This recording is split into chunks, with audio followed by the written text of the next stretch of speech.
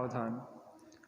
णमो अर्हन्ताणं णमो सिद्धाणं णमो आयर्याणं णमो वज्झायाणं णमो लोये सबसाहूणं।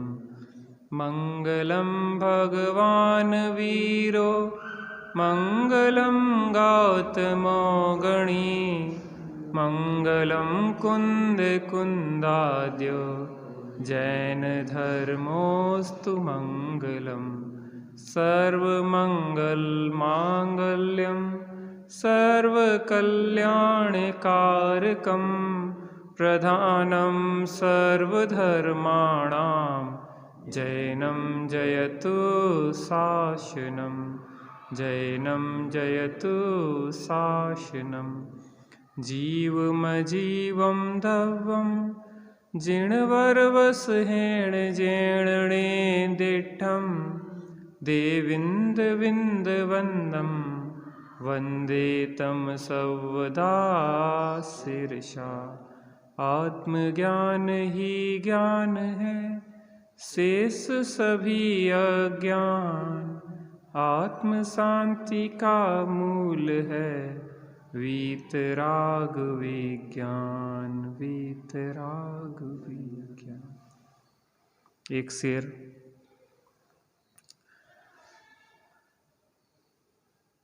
बहुत क्रूर था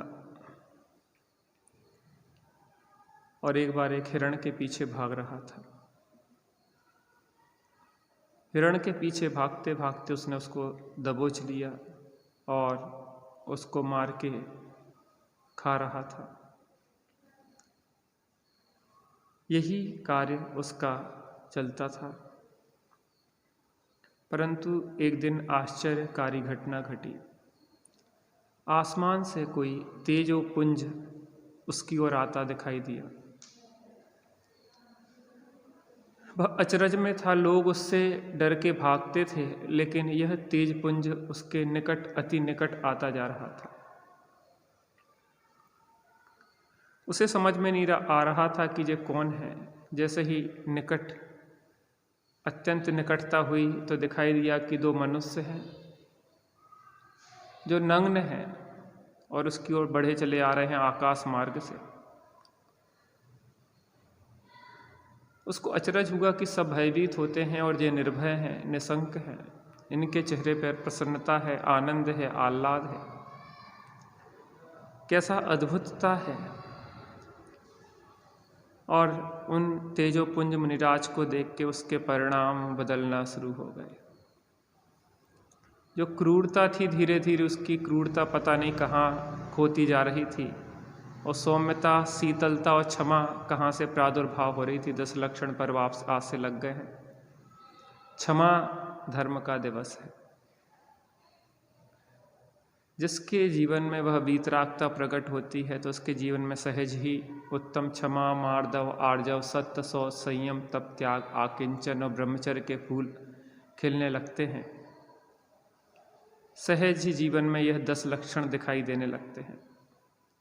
चाहे वह पशु हो, चाहे वह मनुष्य हो, चाहे वह देव हो, चाहे वह नारकी हो, भूमिका अनुसार कहीं ना कहीं उसके लक्षण प्रकट होते ही होते हैं। यद्यपि चर्चा मुनिराजों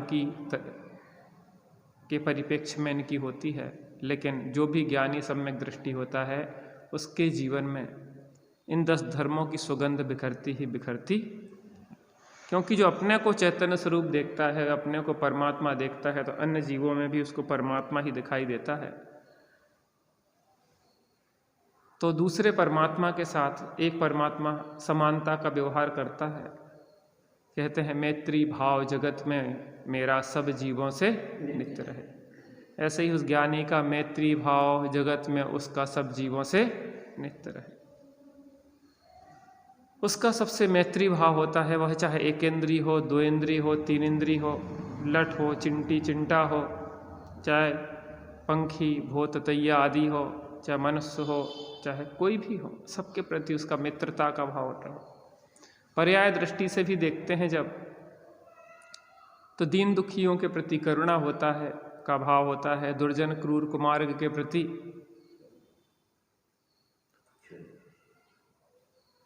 उसके साम्य भाव होता है, उसके माध्यस्थ भाव होता है, और गुणीजनों को देख के उसके हृदय में प्रेम उमड़ आता है, लगता है कि उनकी सेवा करके अपने जीवन को सार्थक करूं। तो वह सिंह की क्रूरता पता नहीं कहाँ पे तुरूभूत होती चली जा रही थी, और महामुनिराज 2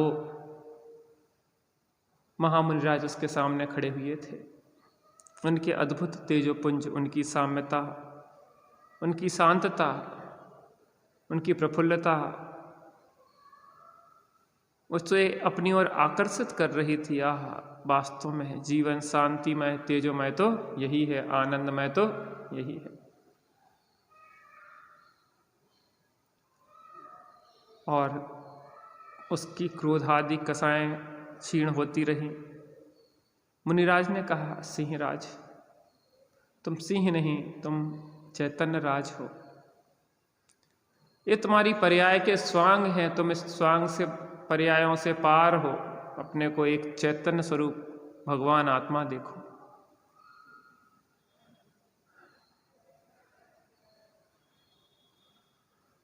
सुन चेतना अब जागना, सुन चेतना अब जागना, तू ही शुद्ध है, तू ही बुद्ध है, तू ही गुण अनंत की खान है। सुन चेतना अब जागना, सुन चेतना अब जागना, कोई कर्म तुझको छुआ नहीं, तुझे कुछ भी तो है हुआ नहीं। सुन चेतना अब जागना, सुन चेतना अब जागना। और जैसे ही पुकारा मुनिराजों ने, वो जाग गया। उसको समझ में आ गया कि ये क्रूरता, ये कठोरता मेरा स्वभाव नहीं है, ये क्रोध मेरा स्वभाव नहीं है, क्षमा मेरा स्वभाव है।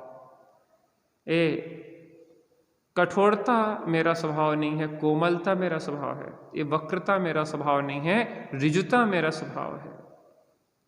ये असुचि मेरा स्वभाव नहीं, असुचि मेरा स्वभाव नहीं है, सुचि मेरा स्वभाव है।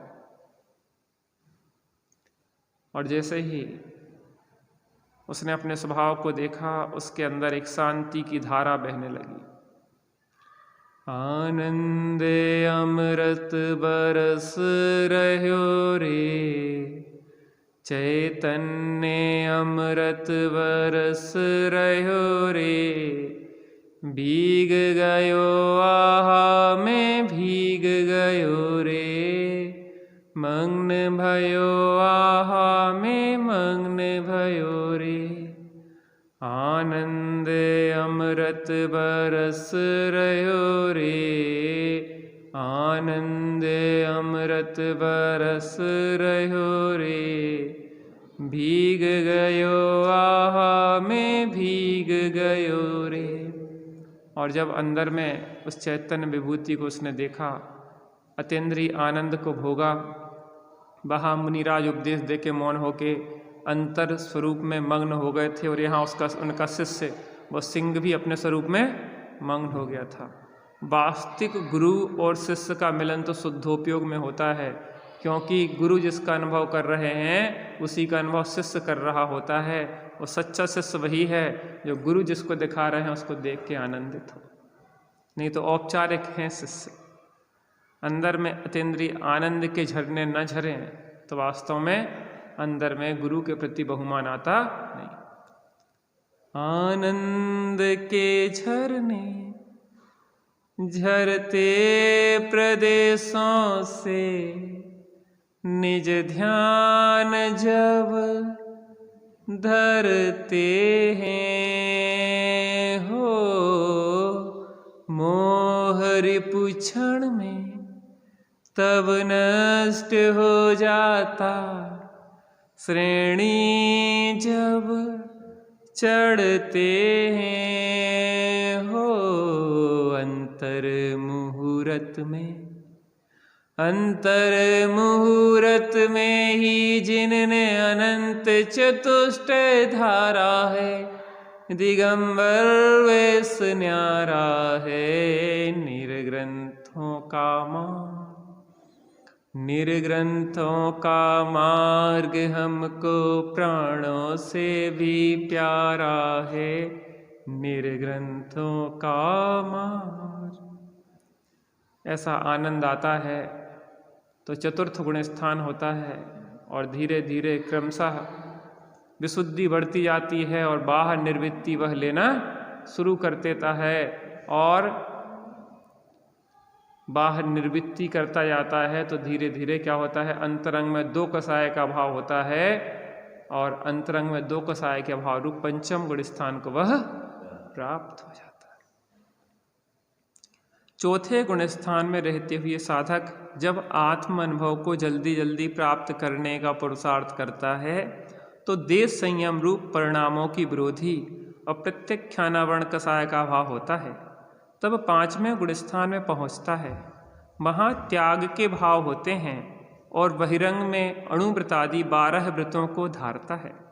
ततः 11 प्रतिमाओं के अनुरूप आचरण क्रम से शुरू होता है।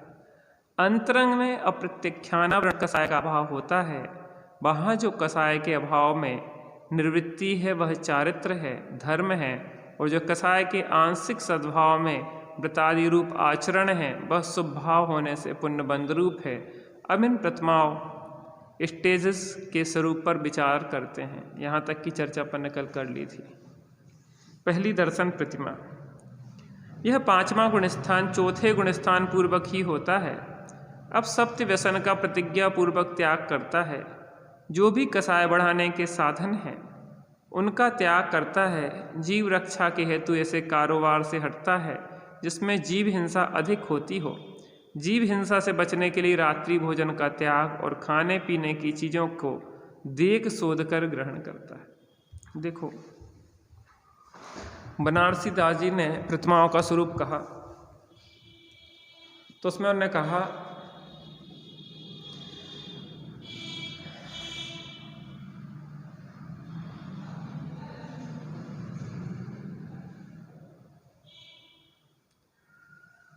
संयम अंश जग्यो जहाँ, भोग अरुचि परिणाम, उदय प्रतिज्ञा को भयो, प्रतिमा ताको नाम। संयम अंश जगो जहाँ, अभी अविरत सम्यक दृष्टि था तो क्या था, अभी उसका संयमित नहीं था जीवन, अर्थात आत्मानुभव तो हो गया था लेकिन अभी बहु आरंभ परिग्रह आदि में भी देखा जा सकता था, राजा आदि के पदों में भी देखा जा सकता था। अब धीरे धीरे समेटना शुरू किया उसने, क्योंकि व्यक्ति जितना बाहर में फैलेगा उतने अपने से दूर ही रहेगी, इसलिए वो धीरे धीरे समेटता है। संयम अंश, इंद्रिय संयम और प्राणी संयम धारण करता है। 5 इंद्रिय मन को बस में करता है, प्राणियों की रक्षा करता है। जिनमें अधिक हिंसा आदि होती है ऐसे व्यापार आदि बंद करता है और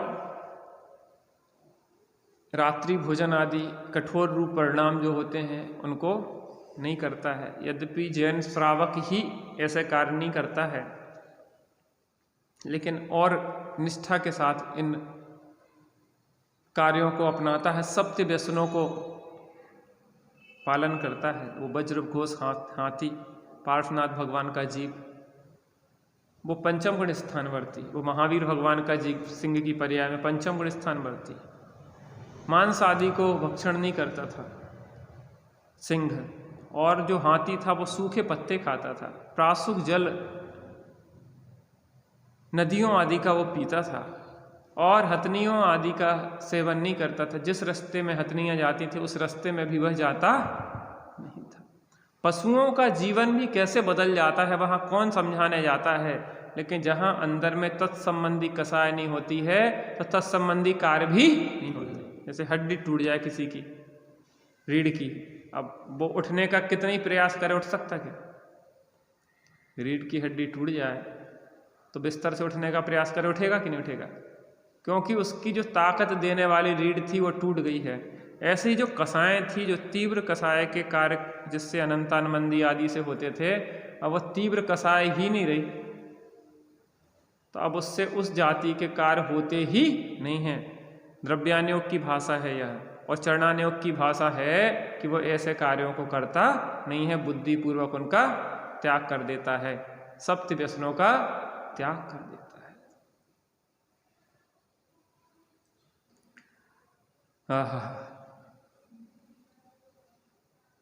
अब सप्त व्यसन का प्रतिज्ञा पूर्वक त्याग करता है। जो भी कसाय बढ़ाने के साधन है उनका त्याग करता है। जिन जिन कार्यों से उसकी कसाय बढ़ती है, जिन जिन निमित्तों से, बाह्य निमित्तों से, ऐसे मित्र आदि, ऐसी संगति आदि, ऐसी स्थान आदि, द्रव्य क्षेत्र काल भाव आदि को छोड़ देता है जिनसे उसकी कसाय बढ़ती है।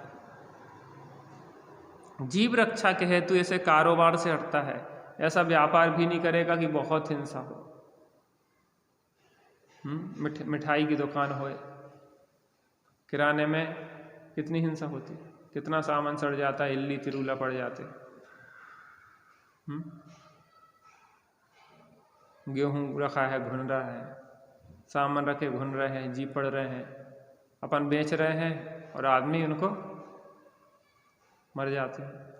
तो बुद्धिपूर्वक जो भी ऐसे कार्य हैं, जूते चप्पल के चमड़े का व्यापार है, जूते चप्पल की दुकानें हैं,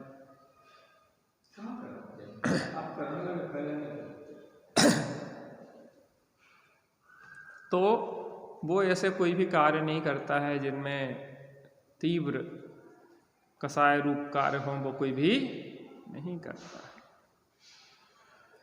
जिसमें जीव हिंसा अधिक होती हो, जीव हिंसा से बचने के लिए रात्रि भोजन त्याग और खाने पीने की चीज़ों को देख सोच कर ग्रहण करता है। बाजार की चीज़ें नहीं खाता।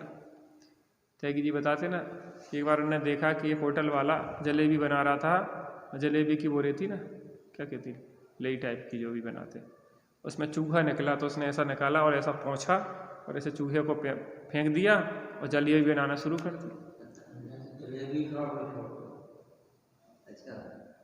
काजू की दुकान है बगल में, तो जैसे सर्दी की धूप थी तो उसमें अपनी भटिया टेढ़ लाई, तो आग के पास कुर्सी डाल कर बैठ गए। हाँ, अब तो भटिया आपको क्या कर रहे हैं कि सीधा उठ तो वो तो जिनमें तीव्र हिंसा आदि के परिणाम होते हैं, तीव्र कसाय की चीज़ होते हैं, वो ऐसी चीज़ों को छोड़ देता है जिसमें कि उसके परिणामों में कठोरता नहीं होती, क्योंकि और उस तरीके के कार्य उससे होते नहीं हैं। तो कह रहे हैं कि जीव रक्षा के हेतु ऐसे कारोबार से हटता है जिनमें जीव हिंसा अधिक होती हो। जीव हिंसा से बचने के लिए रात्रि भोजन का त्याग और खाने पीने की चीज़ों को देख सोच कर ग्रहण करता है। माने सहज ही ऐसा होता है, जैसे देखते ना, एक माँ है जिसके अंदर करुणा है, उस माँ को क्या होता है, सहज ही अपने संतान के प्रति जो वात्सल्य होता है उससे उसकी सुख दुख पीड़ाएं, उसकी पीड़ाएं हो जाती हैं। गर्भ में भी संतान होती है तो माँ चलती है, उठती है, बैठती है, तो ऐसे चलती फिरती बैठती है कि जिससे माँ बच्चे को कष्ट ना हो। कहते हैं कि तीर्थंकर भगवान का जो रक्त होता है वह श्वेत हो जाता है। कैसा होता है? श्वेत होता है। जैसे जब एक माँ को अपने बच्चे के प्रति वात्सल्य भाव उमड़ता है, अपनापन आता है, तो माँ के वक्षस्थल में सफ़ेद दुग्ध आ जाता है। तो जिनके जीवन में यह भाव आता हो कि सुखी रहें सब जीव जगत के, जो समस्त जीवों के प्रति करुणा से भर के भावना भाते हो, तो उनके अगर रक्त का रंग सफ़ेद हो जाए तो इसमें कोई आश्चर्य की बात नहीं होती है। तो ऐसी अंतरंग की पीड़ा से भर जाएं, दूसरे जीवों की पीड़ा से, कि ऐसे हमें जैसा कष्ट होता है वैसे दूसरों को कष्ट होता है। जो लोग बकरे वगैरह रहते हैं ना, अब पालते हैं, उन्हीं को कसाई को बेच देते हैं, तो कितना कठोरता होती है। तुमने बच्चे की तरह पाला है और उसी को मरवा दिया या मार के खा गए, ये तो बहुत कठोरता है। इसके जीवन में जीव मात्र के प्रति अपनापन है, उन्हें भी जीने का अधिकार है। आपको ये अधिकार किसने दिया कि उनको कष्ट पहुंचाए? इसलिए हमें बहुत ही कोमलता रखना चाहिए, क्योंकि इससे किसी दूसरे का लाभ नहीं होता है, हमारा लाभ होता है। क्योंकि कठोर परिणामों से हम स्वयं दुखी होते हैं। जब हम दूसरे की तरफ से विचार करते हैं तो कोई लाख कहे तो नहीं होता है। जब हम अपनी तरफ से सोचते हैं कि हमारा नुकसान है, इसमें तीव्र कसाय में किसका नुकसान है? अपना नुकसान है, आत्मा का ही नुकसान है। तो इसको दर्शन प्रतिमा कहते हैं। इस प्रकार से अब दूसरी प्रतिमा कौन सी है? व्रत प्रतिमा। 5 अणुव्रत, 3 गुणव्रत और 4 शिक्षा व्रत, इस प्रकार 12 व्रतों का पालन इस प्रतिमा में शुरू होता है। कौन कौन से? 3 गुणव्रत और 4 शिक्षा व्रत, इस दूसरी व्रत प्रतिमा कहते हैं। यहाँ से क्या हो गया है? वो व्रती श्रावक हो गया है।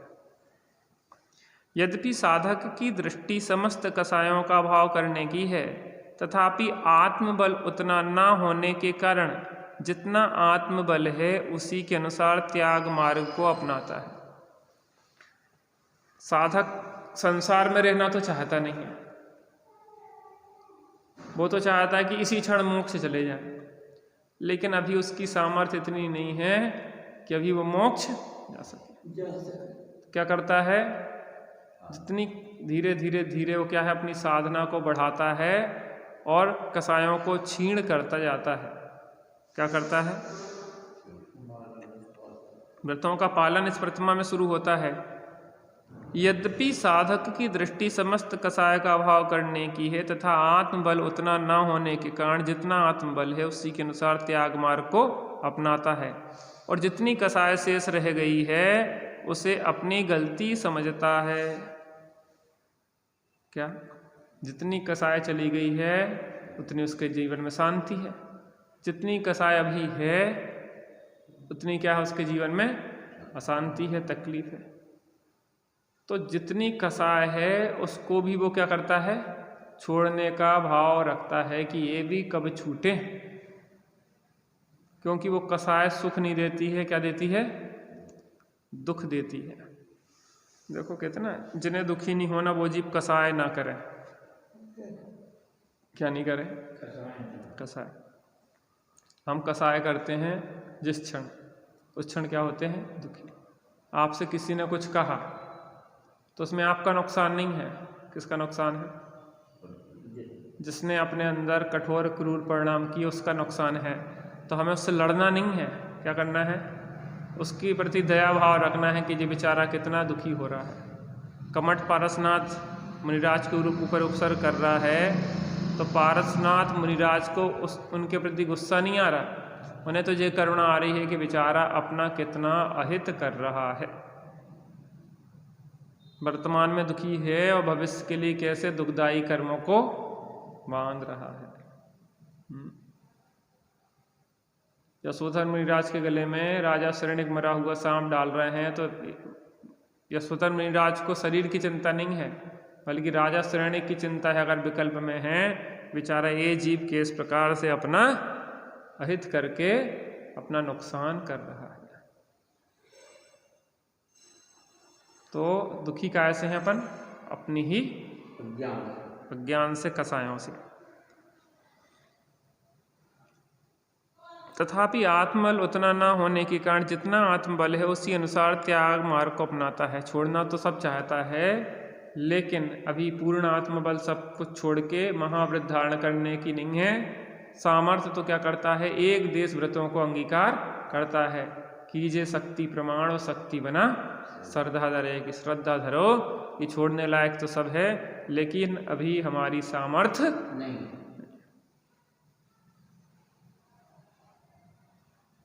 संत साधु बन के विचरूं, वह घड़ी कब आएगी। संत साधु बन के विचरूं, वह घड़ी कब आएगी। चल पड़ूं मैं मोक्ष पथ पर, वह घड़ी कब आएगी। आएगा वैराग्य मुझको इस दुखी संसार से। आएगा वैराग्य मुझको इस दुखी संसार से। त्याग कर घर वार दीक्षा की घड़ी कब आएगी। संत साधु वन के विचरूं, वह घड़ी कब आएगी। हाथ में पीछी कमंडल, ध्यान आत्म राम का। क्या हो? हाथ में पीछी कमंडल, ध्यान छोड़कर घरवार दीक्षा की घड़ी। निरंतर यह भावना भाता है, निरंतर यह भावना भाता है। अपूर्व अवसर ऐसा किस दिन आएगा। यह अपूर्व अवसर मेरा कब आएगा। कब होगा बाह्य अंतर निर्ग्रंथ में। कब विचरूंगा महंत पुरुष के पंथ में। नग्न दिगंबर मुनि मुद्रा को ध्याऊंगा। अपूर्व अवसर ऐसा किस दिन आएगा। यह अपूर्व अवसर मेरा कब आएगा। निर्ग्रंथता की भावना अब हो सफल मेरी। बीते आराधना में हर घड़ी मेरी। क्षण क्षण कसायों के प्रसंग ही बने जहाँ। मोही जनों के संग में सुख शांति हो कहाँ। जग संगति से तो बढ़े दुख में भ्रमण फेरी। निर्ग्रंथता की भावना अब हो सफल में। अब तो रहूं निर्जन मनों में गुरुजनों के संग। अब तो रहूं निर्जन मनों में गुरुजनों के संग। शुद्धात्मा के ध्यान में हो परिणति असंग। निज भाव में ही लीन हो मेटूं जगत जगत फेरी, निर्ग्रंथता की भावना अब हो सफल मेरी। तो क्या कह रहा है?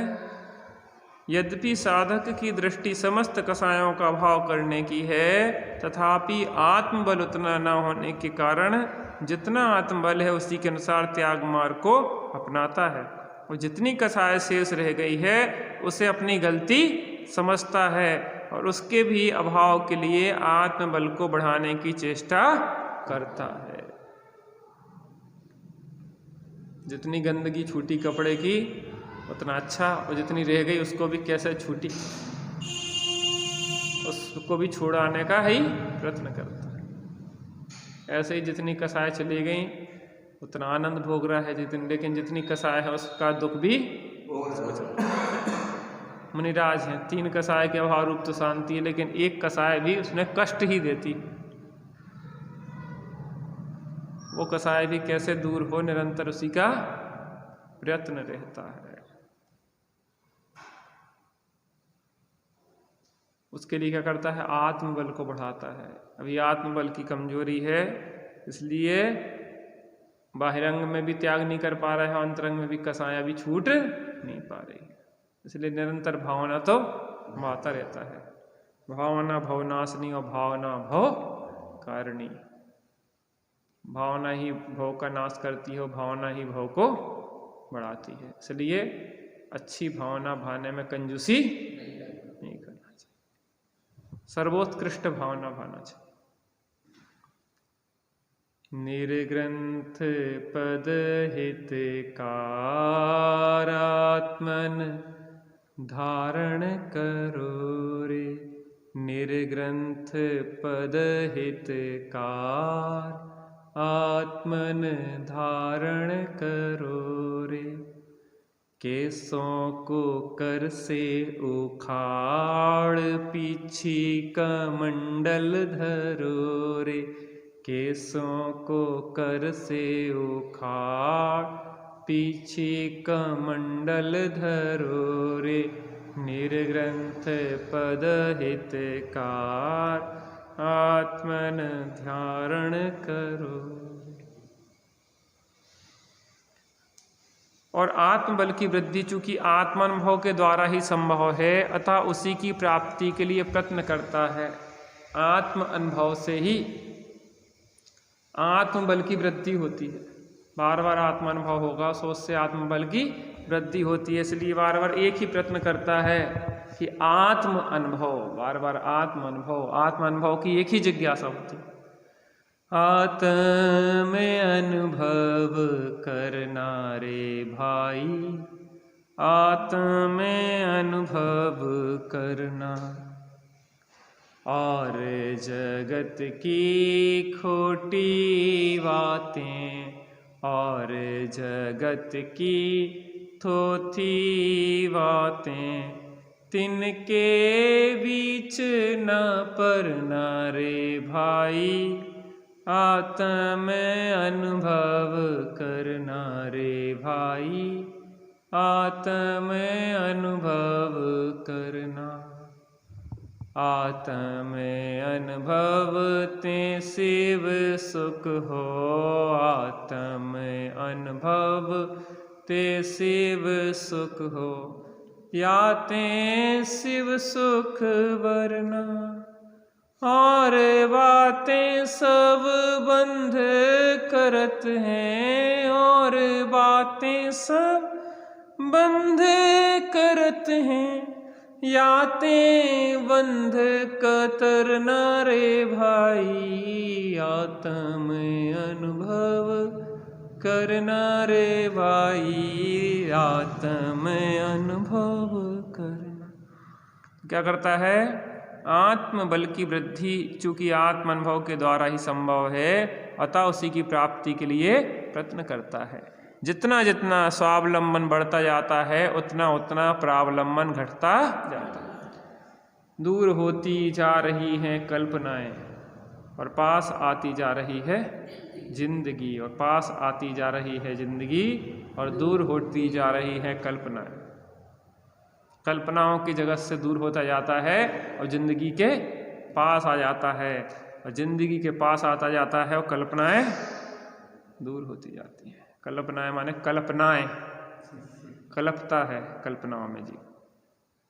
जिंदगी से दूर होंगे तो कल्पनाओं में कल्पेंगे, इसलिए कल्पनाओं को छोड़ो और यथार्थता से अपने नाता जोड़ो।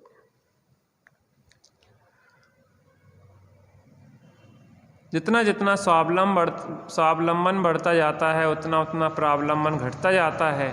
बहिरंग में परावलंबन को घटाने की चेष्टा भी वस्तुतः स्वावलंबन को बढ़ाने के लिए ही किया करता है। स्वाधीनता, स्वाधीनता का मार्ग तो निर्ग्रंथ मार्ग है, आराधना का मार्ग ही स्वाधीन मार्ग है। स्वाधीनता पर से नहीं स्व से सदा आती, निज में ही तृप्त परिणति स्वाधीन हो जाती। मुनिराज हैं स्वाधीन बाह वैभव के बिना। स्वाधीनता का मार्ग क्या है? निर्ग्रंथ मार्ग है। स्वाधीनता पर से नहीं, कैसे आती है? स्व से आती है।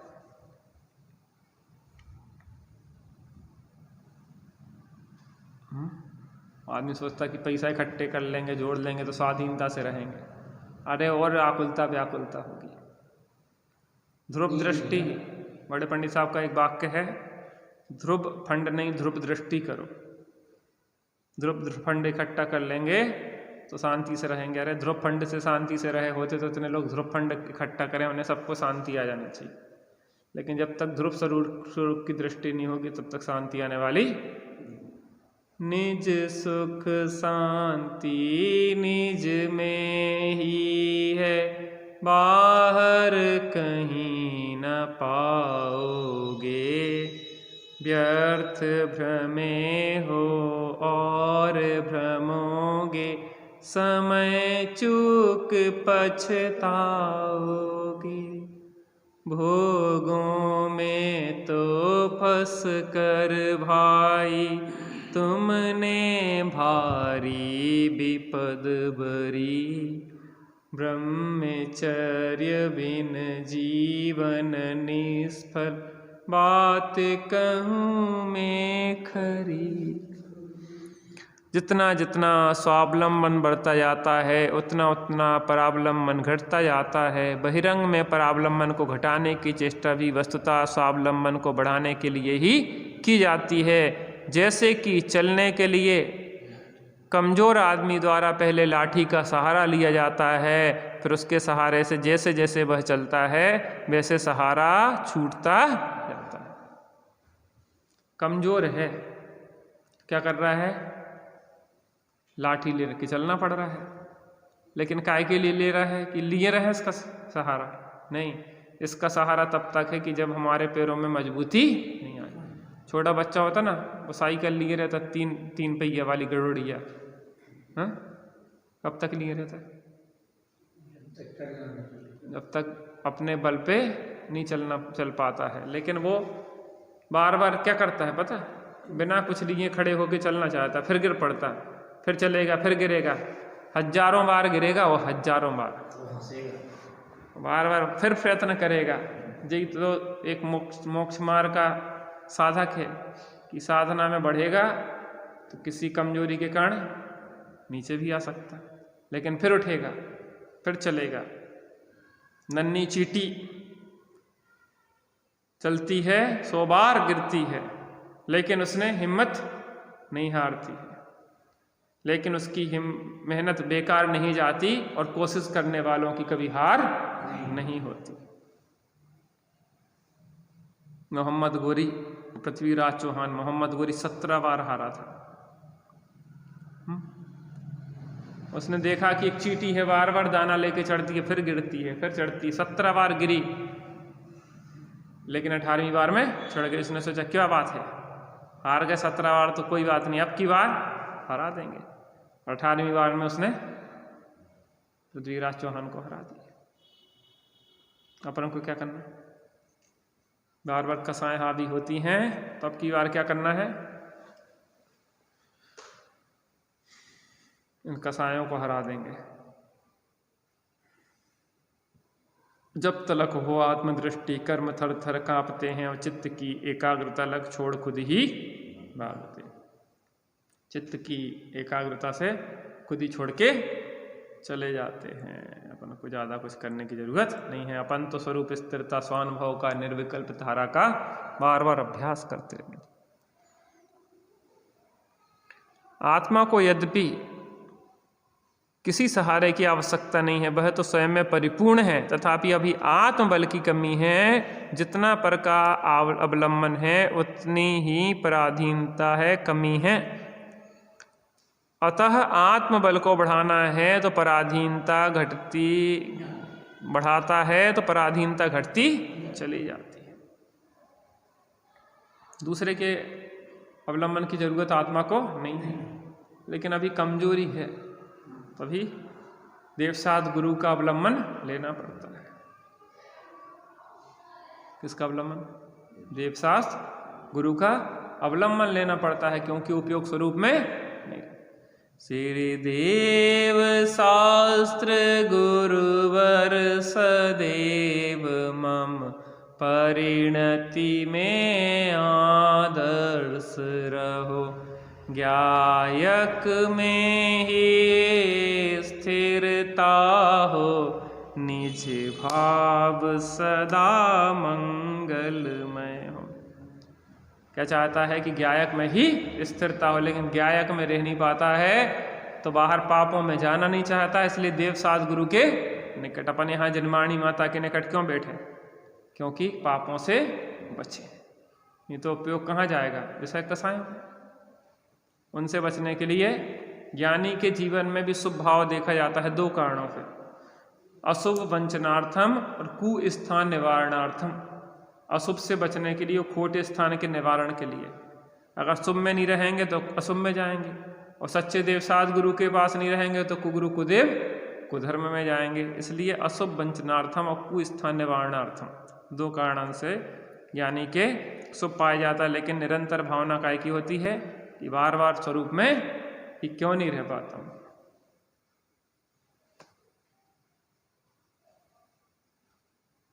बार बार भीतर जाता हूँ, बाहर आता हूँ, भीतर के अनुभव से बाहर के अनुभव को मिलाता हूँ तो जमीन आसमान का अंतर पाता हूँ। विचारता हूँ कि अंदर ही क्यों नहीं रह जाता हूँ, लेकिन यह साध्य और साधना का अंतर है। साध्य की सिद्धि तक चलता रहेगा, चलता रहेगा। स्वभाव रस बढ़ता रहेगा, बढ़ता रहेगा। विभाव विष टलता रहेगा, टलता रहेगा, और एक दिन ऐसा टलेगा कि सदा के लिए टल जाएगा। और चैतन्य कमल खिलेगा ऐसा कि खिलता ही रह जाएगा, खिल जाएगा, पूर्ण खिल जाएगा।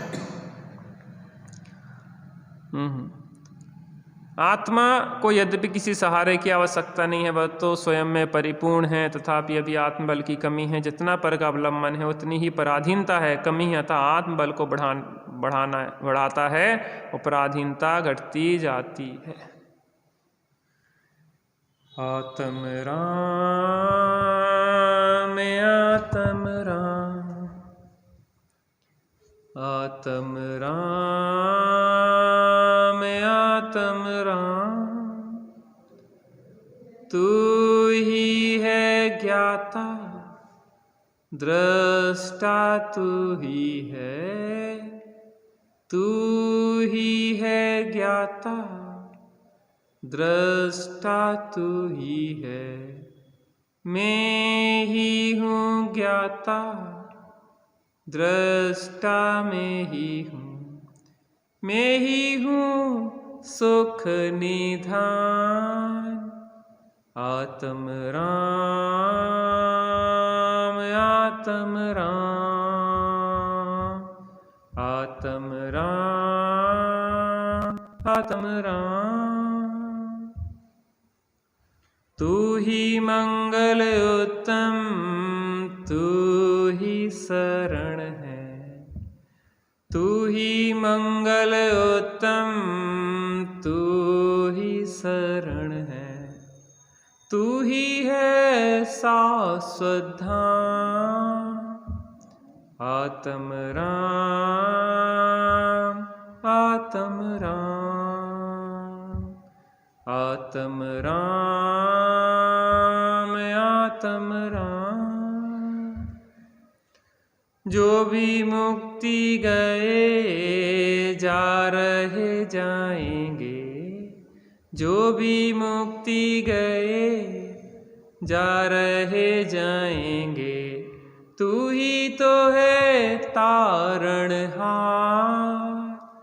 आत्म राम, आत्म राम, आत्म राम, आत्म राम। जग में साचो शरण धाम। आत्म राम, आत्म राम। सापेक्ष अमृत जिन बचन निरपेक्ष चैतन्य घन दरसा रहे कली काल में। अनुभव करो हे भव्य जन तीर्थंकरों के विरह में। यदि ना रहे जिन बचन तो सपरहित कैसे करें इस जगत में फिर भव्य जन। अज्ञान बस भ्रमते रहें पशुवत सदा ही दुख सहें। धन धन्य हैं वे जीव जो जिन बचन सुन निज हित।